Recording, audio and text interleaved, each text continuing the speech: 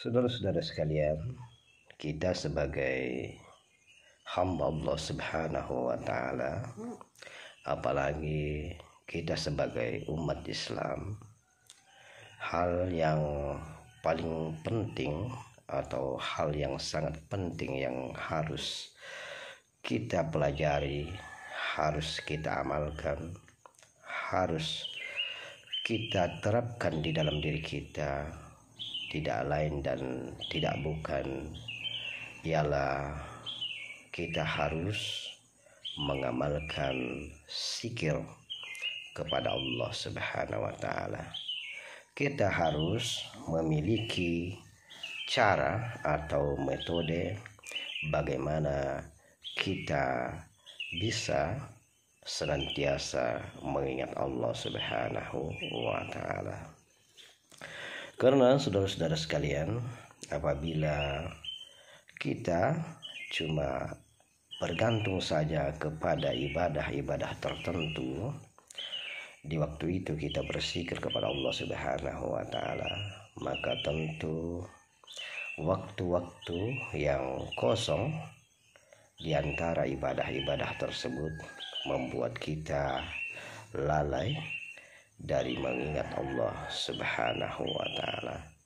Inilah pentingnya saudara-saudara sekalian, seseorang yang merasa dirinya beragama Islam, merasa dirinya hamba Allah Subhanahu wa Ta'ala, mereka harus atau kita harus mempelajari ilmu tasawuf yang dimana di dalamnya yang lebih utama diajarkan adalah ilmu zikir, yaitu mengingat Allah Subhanahu wa Ta'ala. Dan kalimat zikir yang paling utama yang diajarkan di dalam tasawuf tidak lain adalah kalimat tauhid, la ilaha illallah. Karena di kalimat inilah kita mulai berjalan menuju kepada keridhaan Allah Subhanahu wa Ta'ala dengan berbagai metode atau tata cara yang diajarkan oleh guru-guru kita. Kenapa demikian saudara-saudara? Betapa pentingnya ilmu zikir tersebut, karena waktu-waktu atau detik-detik, menit-menit atau jam ke jam itu harus senantiasa kita isi. Jangan sampai kita lupa kepada Allah Subhanahu wa Ta'ala. Karena apabila kita lupa, maka detik-detik dan menit-menit tersebut akan terasa kosong karena tidak bernilai ibadah kepada Allah Subhanahu wa Ta'ala.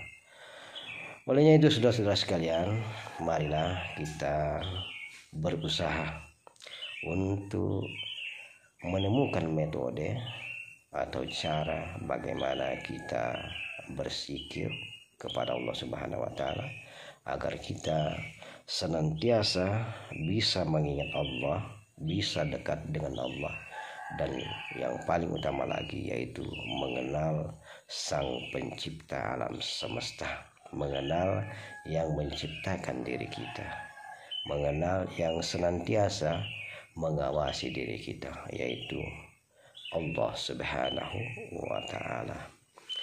Maka dari itu saudara-saudara sekalian, marilah kita tidak henti-hentinya senantiasa memohon kepada Allah Subhanahu wa Ta'ala agar Allah Subhanahu wa Ta'ala memberikan petunjuknya kepada kita agar kita selalu taat kepadanya dan senantiasa dekat kepadanya.